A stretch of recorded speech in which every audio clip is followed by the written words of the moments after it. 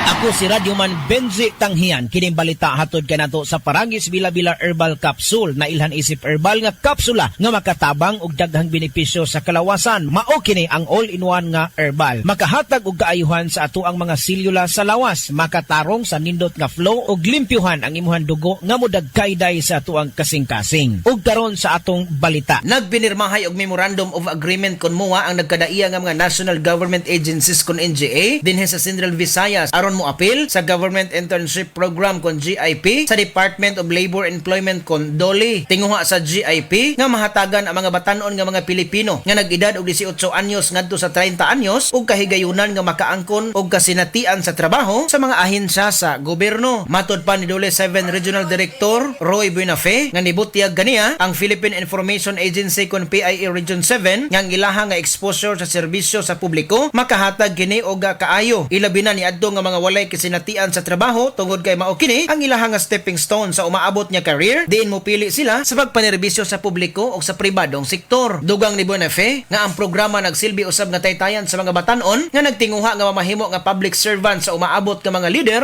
sa atong nasod. Kadtong balita hatod kanato sa Paragis Bila-Bila Herbal Capsule. Alang sa kumpleto nga kombinasyon, gamita lang ang Paragis Bila-Bila Plus Herbal Capsule. Paragis Bila-Bila Herbal Capsule na uban sa pagpangapi sa Paragis Bila-Bila Herbal Coffee ug ang pagpanghaplas sa Paragis Bila-Bila Liniment Oil. Gama sa GFMQ Marketing sa Paragis Bila-Bila dili na ka mag-agwanta pa. Sa dugang kasayuran, tawag lang sa 0935-641-0261. Ang Paragis Bila-Bila mapalit sa Diding's Pharmacy sa Manalili Street, Cebu City, Bestway Pharmacy sa Mandawi City, Healthway Pharmacy, JV Butika sa Cebu, Mandawi, Liloan o Osmeña Boulevard. Mapalit usab sa JY Pharmacy sa 32 Osmeña Building, Osmeña Boulevard, Cebu City. Ako si Radyoman Benji Tanghian, DYHP, Tatak RMN.